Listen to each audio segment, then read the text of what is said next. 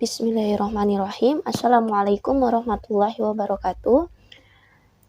Perkenalkan, nama saya Salma Rihadatul Aisy Hamdani dari kelas manajemen reguler Universitas Teknologi Digital. Di sini saya akan membahas tentang mata kuliah pendidikan agama Islam, yang dimana dengan pokok pembahasan Ma'rifatul Insan, yang terdiri dari 4 bagian. Yang pertama, ta'rif al-insan, pengenalan manusia. Yang kedua, hakikatul insan, hakikat manusia. Yang ketiga, toqatul insan, potensi manusia. Dan yang terakhir ada nafsul insan atau jiwa manusia. Selanjutnya saya akan membahas bagian yang pertama, yaitu ta'rif al-insan, pengenalan manusia. Definisi manusia. Manusia adalah salah satu makhluk ciptaan Allah Subhanahu wa Ta'ala yang memiliki peranan penting dalam kehidupan di muka bumi. Manusia juga dipandang sebagai makhluk yang paling tinggi derajatnya dibandingkan makhluk Allah Subhanahu wa Ta'ala yang lainnya. Bahkan Allah menyuruh para malaikat untuk bersujud kepada Adam alaihissalam, sebagaimana dalam firman Allah dalam Al-Quran surat Al-Baqarah ayat 34. Dan ingatlah ketika kami berfirman kepada para malaikat, sujudlah kamu kepada Adam, maka sujudlah mereka kecuali iblis. Ia enggan dan takaburan, adalah ia termaksud golongan orang-orang yang kafir. Selanjutnya, asal penciptaan manusia. Yang pertama ada tanah. Hal ini dikemukakan dalam salah satu ayat berikut. A'udzubillahi minasyaitonirrajim. Wa iz qala rabbuka lil malaikati inni khaliqun basyaran min shalshalin min hama'in masnun.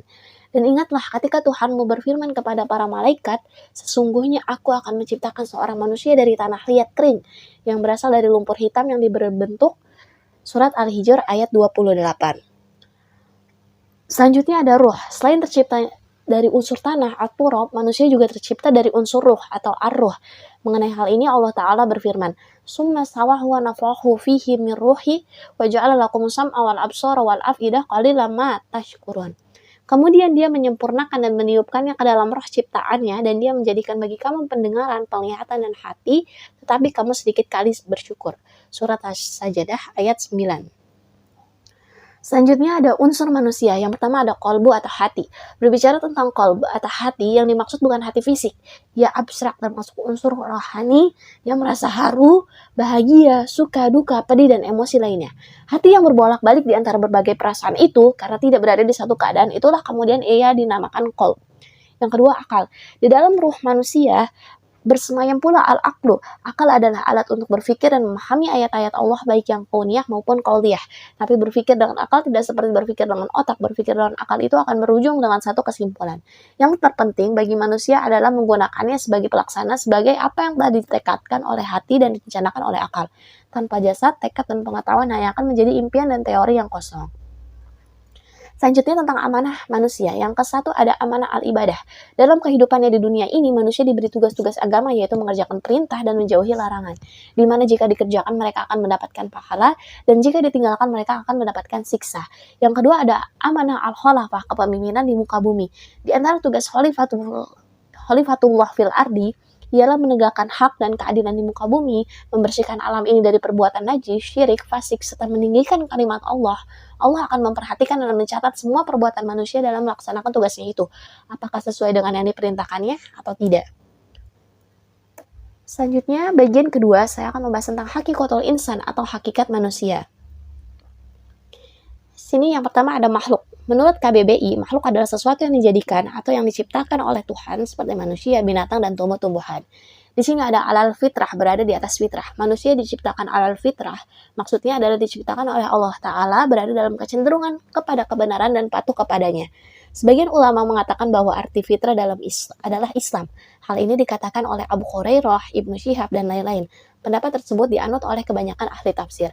Yang kedua, lemah. Manusia juga diciptakan oleh Allah Ta'ala dalam keadaan doif atau lemah. Kelemahannya terutama dalam menghadapi godaan hawa nafsunya. Kadang-kala mereka mengalami lemah azam atau tekad, lemah iman, dan lemah kesabaran. Yang ketiga ada bodoh. Manusia diciptakan oleh Allah Ta'ala dalam keadaan jahil atau bodoh. Allah Ta'ala mengungkapkan kondisi manusia ini dengan firman-Nya. Sesungguhnya kami telah menawarkan amanat kepada langit, bumi, dan gunung-gunung, tetapi semuanya enggan untuk memikul amanat itu, dan mereka khawatir tidak akan melaksanakannya atau berat. Lalu dipikullah amanat itu oleh manusia. Sungguh manusia itu sangat zalim dan sangat bodoh. Surat Al-Ahzab ayat 72. Selanjutnya ada fakir. Manusia diciptakan oleh Allah Ta'ala dalam keadaan tidak memiliki apapun, kecuali apa-apa yang dianugerahkan Allah Ta'ala kepadanya. Semua yang dinikmati manusia sepanjang hidupnya adalah berasal darinya. Maka manusia selalu dalam kehendak dan kepentingan kepadanya. Yang kedua ada dimuliakan. Yang pertama dengan ditiupkan ruh. Allah Ta'ala memuliakan anak-anak Adam karena nafku ruhi, telah ditiupkan ruh ciptaan Allah Ta'ala kepadanya. Yang kedua, memiliki keistimewaan. Manusia merupakan makhluk yang Allah anugerahi dengan berbagai keistimewaan dibandingkan dengan makhluk lainnya. Yang ketiga, ditundukkan alam padanya. Manusia pun dimuliakan oleh Allah Ta'ala karena musahharun lahu, telah ditundukkan alam ini kepadanya. Allah Ta'ala berfirman, Allah lah yang menundukkan laut untukmu agar kapal-kapal dapat berlayar di atasnya dengan perintahnya, dan agar kamu dapat mencari sebagian karunia-Nya dan agar kamu bersyukur. Surat Al-Jasiyah ayat 12. Sini saya akan membahas tentang melanjutkan yang tadi. Yang ketiga ada dibebani. Manusia adalah makhluk yang mukallafun, dibebani tanggung jawab. Di pembahasan Mada Ta'rifatul Insan telah diulas bahwa manusia diberi amanah ibadah dan khilafah oleh Allah Ta'ala. Yang kedua, bebas memilih. Manusia adalah makhluk yang mukhayyarun, diberi pilihan oleh Allah Ta'ala apakah memilih al-iman atau al-kufru. Yang kelima, balasan pertanggungjawaban. Setiap perbuatan pasti akan mendapat balasan atas apa yang telah ia perbuat Allah, maka hendaklah manusia dan demilah apa yang akan ia lakukan. Seperti Allah Ta'ala berfirman, dan janganlah kamu mengikuti sesuatu yang tidak kamu ketahui, karena pendengaran, penglihatan, dan hati nurani, semua itu akan diminta pertanggungjawabannya. Surat Al-Isra ayat 36. Selanjutnya saya akan membahas tentang Toqatul Insan, potensi manusia. Potensi manusia yang pertama ada potensi pendengaran. Pendengaran menurut pandangan perspektif Islam adalah mendengarkan ajaran-ajaran agama Allah yang disampaikan kepadanya oleh Rasul-Rasul Allah. Diberinya manusia hati, akal, dan pikiran untuk memikirkan, merenungkan, menimbang, dan membedakan mana yang baik bagimu dan mana yang tidak baik. Mana yang bermanfaat dan mana pula yang tidak bermanfaat. Yang kedua ada potensi penglihatan. Penglihatan adalah kemampuan untuk mengenali cahaya dan menafsirkannya. Salah satu dari indera, alat tubuh yang digunakan untuk melihat adalah mata. Potensi penglihatan manusia itu sangat besar. Mata manusia memiliki kemampuan luar biasa untuk membedakan berbagai macam objek, sehingga penafsiran dari hal yang mata lihat. Yang ketiga ada potensi hati. Menurut Al-Ghazali dan Al-Muhasabi, hati adalah raja yang mengawal semua kegiatan yang berlaku pada roh, nafsu, dan akal. Hati juga yang mengarahkan kelima-lima panca indera manusia sama ada untuk melakukan kebaikan atau keburukan. Selain itu, di dalam hadis juga ada yang menyebut tentang kepentingan peranan hati dalam menentukan akhlak seseorang. Bahkan Rasulullah SAW menyifatkan bahwa baik atau buruk akhlak seseorang itu bergantung kepada hatinya. Dan yang terakhir, saya akan membahas tentang nafsul insan atau jiwa manusia.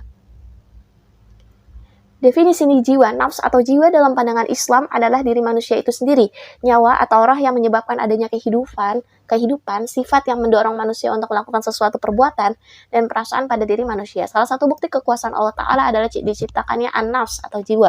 Dia adalah esensi dalam diri manusia yang bersifat halus yang dapat merasakan sedih, gelisah, cinta, benci, dan atau sejenisnya. Tanpa jiwa, badan manusia nyaris tidak ada bedanya dengan patung. Selanjutnya ada kemuliaan seorang hamba itu dapat dilihat dari cara dia mengendalikan nafsunya. Tingkatan nafsu manusia menjadi 3 tingkatan. Yang pertama nafsul mutmainah. Nafsul mutmainah adalah jiwa yang telah mendapat ketenangan, telah sanggup untuk menerima cahaya kebenaran Sang Ilahi, juga jiwa yang telah mampu menolak menikmati kemewahan dunia dan tidak bisa dipengaruhi oleh hal tersebut. Yang kedua jiwa yang arruh, qalbu, azan, dan akalnya tarik-menarik dengan al-hawa, syahwat, kecenderungan, khayalan, dan keinginannya. Jenis jiwa yang seperti ini kecenderungannya masih terpengaruhi ar-royu atau rasio, sedangkan ar-royu seringkali pijakannya adalah zon atau sangkaan. Disebut nafsu lawamah karena jiwa ini suka menyesali dirinya karena sikap dan tingkah lakunya pada masa lalu, menyesali dirinya karena berbuat kejahatan, menyesali dirinya karena tak bisa dikendalikan pada waktu senang maupun susah. Yang ketiga ada jiwa yang arruh, qalbu, azan, dan akalnya dikendalikan oleh al-hawa, syahwat, kecenderungan, khayalan, dan keinginannya. Maka jiwa yang seperti ini kecenderungannya adalah kepada asyahwat semata. Kondisi jiwa yang memiliki kecenderungan yang kuat kepada syahwat ini disebut an-nafsu ammaratu bisu atau jiwa yang memerintahkan kepada kejelekan. Baik, jazakallah khairan. Terima kasih telah mendengarkan presentasi yang telah saya paparkan. Kurang lebihnya mohon maaf. Wabillahi taufiq wal hidayah. Wassalamualaikum warahmatullahi wabarakatuh.